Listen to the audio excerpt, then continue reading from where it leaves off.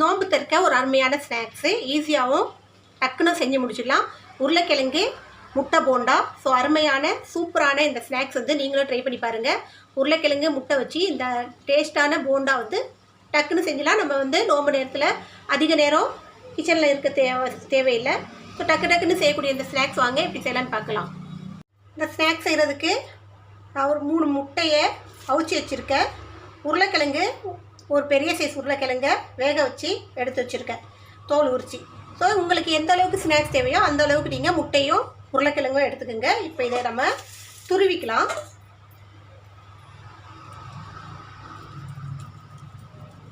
முட்டையை துருவி வச்சு இப்போ உருளைக்கிழங்கு துருவிக்கலாம். இப்போ இதில் பொடியாக நறுக்குன ஒரு வெங்காயம், துருவின கேரட்டு, ஒரு பச்சை மிளகா, இது எல்லாத்தையும் இதில் போட்டுடலாம். இது தேவையான அளவு உப்பு, இஞ்சி பூண்டு விழுது ஒரு ஸ்பூன் போட்டுக்கலாம், மஞ்சத்தூள் ஒரு அரை ஸ்பூனு,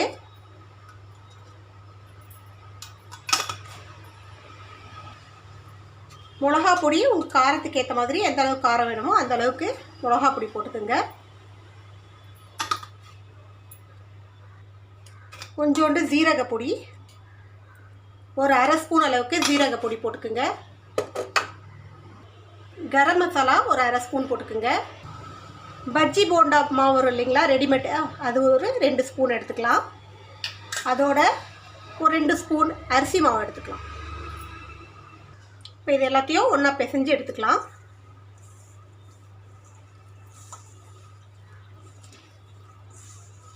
தண்ணியெல்லாம் ஊற்ற வேணாம்.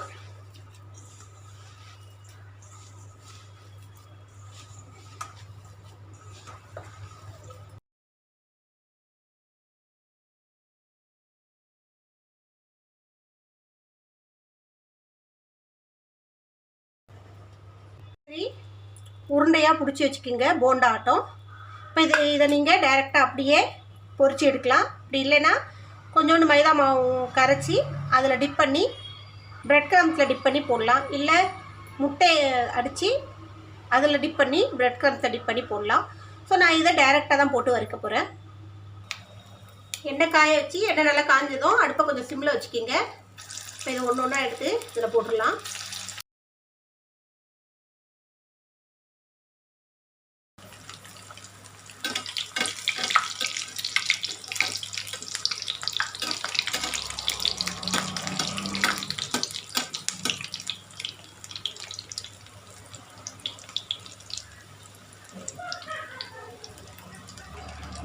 ஸோ அவ்வளோதான், முட்டை உருளைக்கிழங்கு போண்டா ரெடி ஆகிடுச்சு.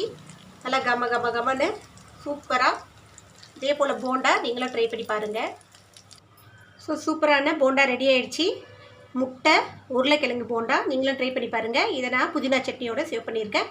இன்னொரு ரெசிபியோடு உங்களை சந்திக்க வரை உங்களோட விடைபெறுவது உங்கள் நிஷா. எங்கள் சேனல் லாஸ்ட் வரைக்கும் பார்த்து உங்கள் அனைவருக்கும் மிக்க நன்றி. பாய்.